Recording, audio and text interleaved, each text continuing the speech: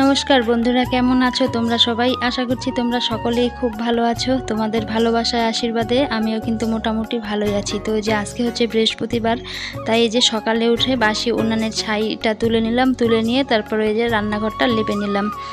রান্নাঘর লেপা মোছা সেরে তারপরে যা যা বাসন ছিল সেগুলো ধুয়ে পাকলিয়ে তারপরে নিয়ে আসলাম। আর বৃহস্পতিবার মানেই তো একটু কাজের চাপটা বেশি থাকে। তো হচ্ছে আগের দিনও কিন্তু উনানটা লেপেছিলাম, তোমাদের দেখিয়েছিলাম, কারণ উনানটা এত ভেঙেছিল। তো আজকে যদি উনানটা ঠিক করে রান্নাঘরটা লেপতে যেতাম তাহলে কিন্তু আরও অনেকটাই দেরি হয়ে যেত। তো ওদিকে রান্নাঘর লেপেছিলাম, আবার এই পাশে রান্নাঘরের বারান্দাটাও কিন্তু লেপেছিলাম। তো পুরোটা তোমাদের সাথে আর শেয়ার করলাম না, কারণ সব কাজকর্মগুলোই যদি শেয়ার করি তাহলে ভিডিওটা অনেক বড় হয়ে যায়, আর বড় ভিডিও কিন্তু কেউই দেখতে চায় না।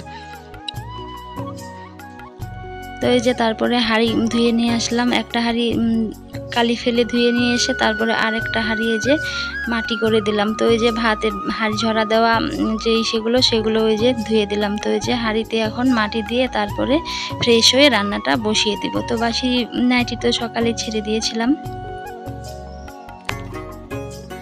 আর এই বৃহস্পতিবারটা না খুব আসলে ভালো লাগে, কেন বলো তো? সব কিছু লেপা মোছা হয়, সব কিছু পরিষ্কার হয়ে যায়, আর পুজোটাও সুন্দর করে নতুন করে সব থালা বাসন ঘরটা বদলানো হয়। তো খুব ভালো লাগে। বৃহস্পতিবারে কাজটা একটু বেশি হলো, বৃহস্পতিবারটা যেন একটু অন্যরকম বাড়ির বউদের কাছে। আমার কাছে তো বৃহস্পতিবারটা আসলে নতুন একটা দিন মনে হয়, এরকমটা লাগে, খুবই ভালো লাগে।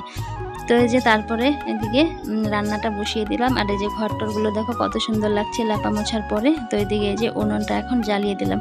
তো আজকে উনুনটা জ্বালতে কিন্তু আমার একটু কষ্টই হবে, কারণ লেপা হয়েছিল, এমনিতেই তো ভিজে গেছে। লেপার পরে আরও প্রথম দিকে যে দাউ দাউ করে জ্বলছিল, কিন্তু উপরে যে পাতা দিয়েছিলাম, কিছু গাছের পাতা শুকিয়ে রেখেছি, ওগুলো দিয়েছিলাম, পাতাগুলোই সুন্দর জ্বলছিল। কিন্তু পাতাগুলো শেষ হয়ে গেছে, তখন আবার খড়িগুলো কিন্তু জ্বলতেই চাইছিল না। যে দেখো আস্তে আস্তে আগুনটা কিন্তু কমে যাচ্ছিল। তো যে হাঁড়িটাও বসিয়ে দিলাম। তো যে প্রতিদিনকার মতো হাঁড়িতে জল দিয়ে একটু জলও তুলে নিব, তারপরে আমি একটু জল খেয়ে নিব হালকা কুসুম গরম। আর এখন গরমের দিন তো বেশি গরম খাওয়াই যায় না। তো এই যে জলটা দিয়ে নিলাম। চালটা কিন্তু এদিকে ধুয়ে নিয়ে এসেছি, চালটা ধুয়ে এনেই তারপরে কিন্তু আমি উনানে চালটা জ্বেলে দিয়েছি। যেহেতু চালটা আমাদের আনতে যেতে লাগে সেই পুরনো বাড়ির রান্নাঘরে কেন বলছি, আমি যে ঘরে থাকতাম সেই ঘরে থাকে। তারপরে এদিকে যে তরকারি কাটতে বসে গেলাম। তো আজকে কি রান্না করবো, বৃহস্পতিবার ভাবছিলাম। তো বাড়িতে যেহেতু লোক কম, মা এখনও আসেনি, তো সোয়াবিন ছিল কিছুটা, তো সেই সোয়াবিনটাই ভাবছি রান্না করব কোয়াশ দিয়ে আর আলু দিয়ে। শুধু আলু দিয়ে রান্না করলেই ভালো লাগে সোয়াবিন, কিন্তু দাদা আবার আলু খেতে চায় না, এর জন্য দাদার জন্য যে কোয়াশ দিতে হচ্ছে, আলু কম করেই দিব। তো যে বাচ্চাগুলো আবার কোয়াশ খেতে চায় না, আলু চায়, এর জন্য আলু কম করে দিয়ে কোয়াশ একটু বেশি দিয়ে শুধু আজকে সোয়াবিনটাই রান্না করব। সকালের এটা দিয়েই একটা দিয়েই খাওয়া হয়ে যাবে।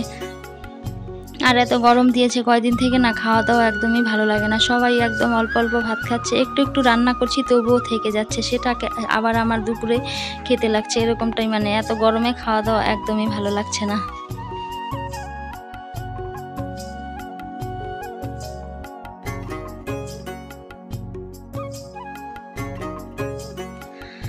তো এই যে আমাদের অল্প রান্নাই হোক আর বেশি রান্নাই হোক না কেন, আমরা কিন্তু এই যে পাটাতে মশলা বেটেই কিন্তু রান্না করি, গুঁড়ো মশলা কিন্তু খাওয়া হয় না। তো ওই যে লঙ্কা বেটে নিয়েছিলাম আগে, তো তরকারিটা এখন এই যে ভালো করে কষিয়ে নিচ্ছি লঙ্কা বেটে। তারপরে জিরেটা ভেজে রেখেছি, জিরেটা নামানোর আগে আগে দিয়ে দিব। আর নিরামিষ সয়াবিনের তরকারি এমনি অতটাও ভালো লাগে না, একটু মিট মশলা দিলে নামানোর আগে তবুও একটু ভালো লাগে। তো এই যে জিরে বেটে দিব, আর একটু মিট মশলা ছিল সেটাই দিয়ে দিব। আর সোয়াবিনটা দেখবে পেঁয়াজ রসুন ছাড়া কিন্তু একদমই ভালো লাগে না নিরামিষভাবে। আজকে তো বৃহস্পতিবার, নিরামিষভাবেই খেতে হবে, যেহেতু আবার দুপুরে ডাল রান্না হবে। এখন এর জন্য আর ডালটা রান্না করলাম না। তো ভাবলাম কিছুটা সোয়াবিন ছিল, কয়েকদিন হয়েছে এনেছে, না রান্না করলে আবার বর্ষার দিন বেশি দিন ঘরে থাকলেও নষ্ট হয়ে যাবে। তারপরে এই যে আমি ভাজা জিরেটা এখন বেটে নিচ্ছি, তরকারিটা প্রায় হয়ে এসেছে।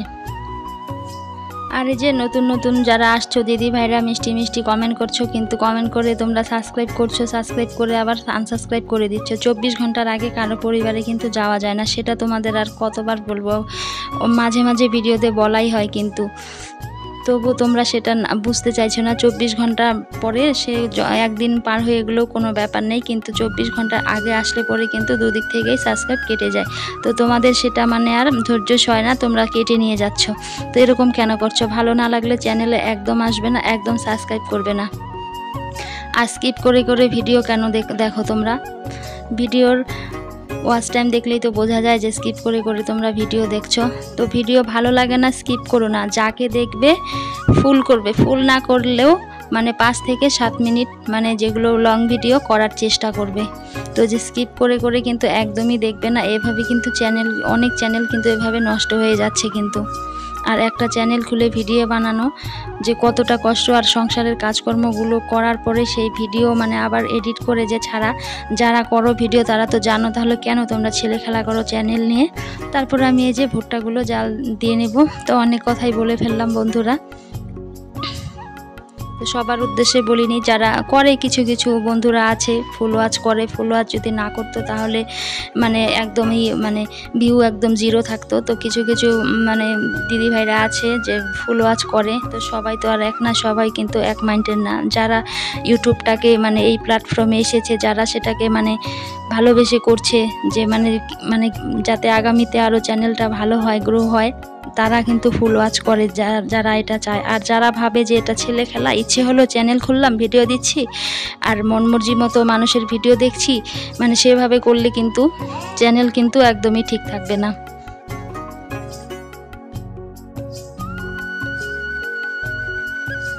অনেক ভেবেচিন্তেই কিন্তু একটা পদক্ষেপ নিতে হয়। যেহেতু এই মানে ইসেতে মানে ওয়াইটিতে এসেছি, এই প্ল্যাটফর্মে এসেছি, তো সেটাকে কেন ছেলে খেলা মনে করব? দেখি না একটু সেভাবে নিয়ে, সিরিয়াসভাবে নিয়ে যদি একটু কিছু জীবনে করতে পারি। আমরা তো হাউস ওয়াইফরা বাইরে গিয়ে কিছু করতেও পারবো না, আর সেই সময়টাও এখন নেই, সেই সময়টাও কিন্তু পার হয়ে গেছে।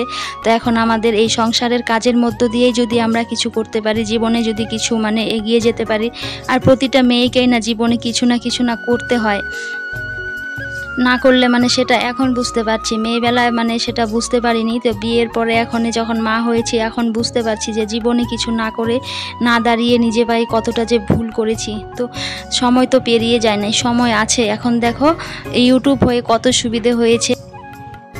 তো যে রান্নাবান্না হয়ে গেছে, রান্নাঘর পরিষ্কার করে থালা বাসন সব ধুয়ে তো এই যে ফ্রেশ হয়ে আসলাম। তো গরম লাগছিল প্রচুর, তো রান্নাঘরেই আছি আমি, এখন যাইনি। এই যে ভুট্টাগুলো নাড়তে এসেছি, তো ভুট্টাগুলো না নেড়ে দিলে না একদম তলা দিয়ে একদম লেগে যায়।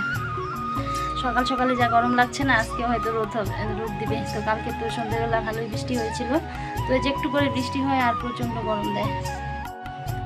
তো এই যে ভুট্টাগুলো ভালো করে নেড়ে দিচ্ছি, তা না মানে নিচ দিয়ে একদম লেগে যায়।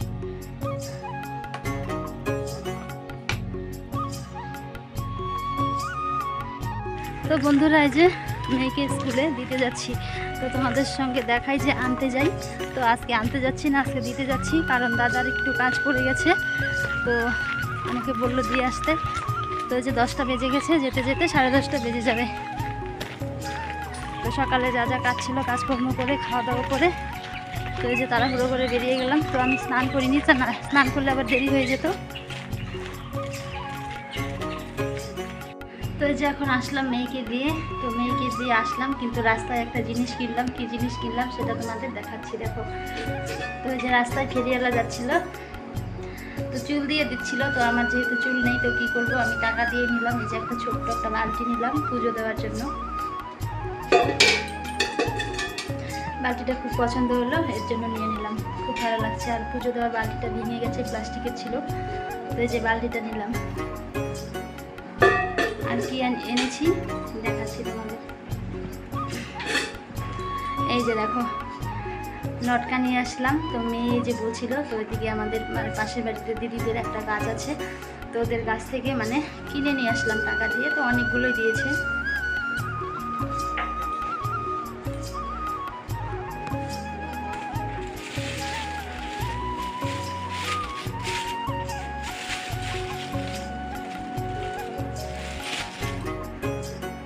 কি সুন্দর লাগে না দেখতে, ফলটা খাওয়ার চেয়ে মানে দেখতেই মানে দেখেই শান্তি। গাছের মধ্যে যে আরো সুন্দর লাগে না, খুব সুন্দর লাগে গাছে দেখতে কিন্তু। তাহলে এখন রাখি বন্ধুরা। তারপরে এই যে অনেকক্ষণ ঘরে ছিলাম, তো আর ঘরে থাকা যাচ্ছিল না, এত গরম লাগছিল। ভাবলাম বাসতলায় গিয়ে বসি, ওখানটায় বসে বসে কিছুটা খড়ি কাটি। তো ওখানটায় খড়ি কাটতে গিয়েছিলাম, ওখানটায়ও হাওয়া ছিল না, আরও খড়ি কাটছিলাম, আরও ঘেমে একদম ঝোল হয়ে যাচ্ছিলাম, কিন্তু এত গরম দিয়েছে না, আর ভালো লাগছে না। তো বৃষ্টিটা হয়তো আসবে না, কয়েকদিন হয়তো প্রচুর গরম দিবে। তাহলে বন্ধুরা, আজকের ভিডিওটা এই অবধি, দেখা হবে পরের কোনো ভিডিওতে। ততক্ষণে তোমরা সুস্থ থেকো, ভালো